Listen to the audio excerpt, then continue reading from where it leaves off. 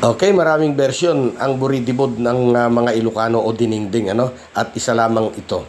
Kaya kung ikaw ay kagaya ko na mahilig sa mga gulay-gulay, nasa tamang channel ka, kaibigan. Mag-subscribe ka na rin para connected na tayo. Salamat po! At narito ang ilan sa mga sangkap na ating gagamitin. Siya nga pala, habang hinihimay ko yung mga gulay, nagpiprito na rin ako ng bangos na pansahog natin.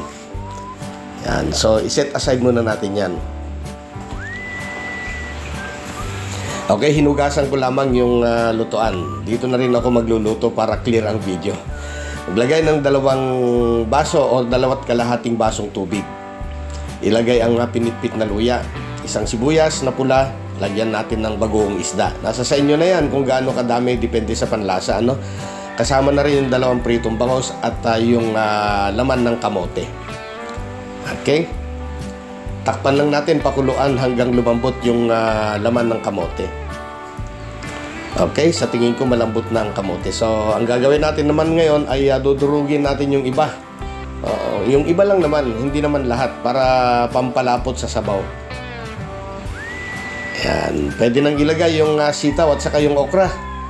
Yan, pakukuluan lang natin ito ng mga 4 minutes bago natin isunod yung ampalaya at saka saluyot. Siyempre si tak-tak-tak hindi nawawala pag ako nagluluto ng ganito. Yan, okay. Aha. So, takpan muna natin. Yan. Pagkatapos ng 4 na minuto, yan, okay na. Ang bango ng, ang bango ng amoy talaga. Para sa aming mga Ilocano, natutuwa yung ilong namin sa ganitong amoy eh. Yan. Huwag kalimutang tikman, siyempre, para makapag-adjust ang lasa, pero pwede na dito asin. Para sa akin, okay naman na. So, nilagay ko na yung saluyot at saka yung dahon ng ampalaya. Nako, ang sarap ng kombinasyon na yan. Ang sarap ng, yung kombinasyon ng ganyan na diningding na may dahon ng ampalaya. Sobra. Sabi ng iba, mapait yan. Pero sa amin, nasanay sa ganyan. Nako, hinahanap-hanap ng bibig namin yan. Yun. Okay. Luto na yung ating napakasarap na buridibod o kaya diningding ng mga Ilocano. Dinungdong. Yan, mga tayo na po. Yan.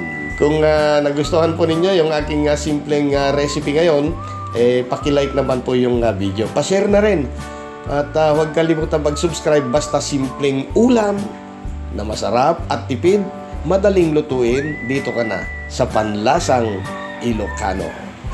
Maraming salamat po muli. See you again next video. Bye-bye!